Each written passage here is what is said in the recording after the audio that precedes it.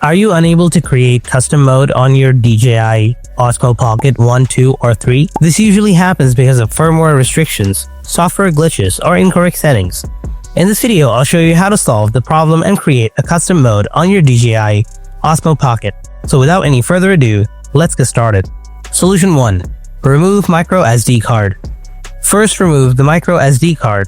A corrupt or incompatible SD card can stop to create custom mode, and reinsert an alternative SD card. Make sure your SD card is UHS IV30 or better. Solution 2. Firmware update. Make sure to connect internet on your phone. Then open up the DJI Mimo app on your phone. Then connect the Pocket 3 to the app.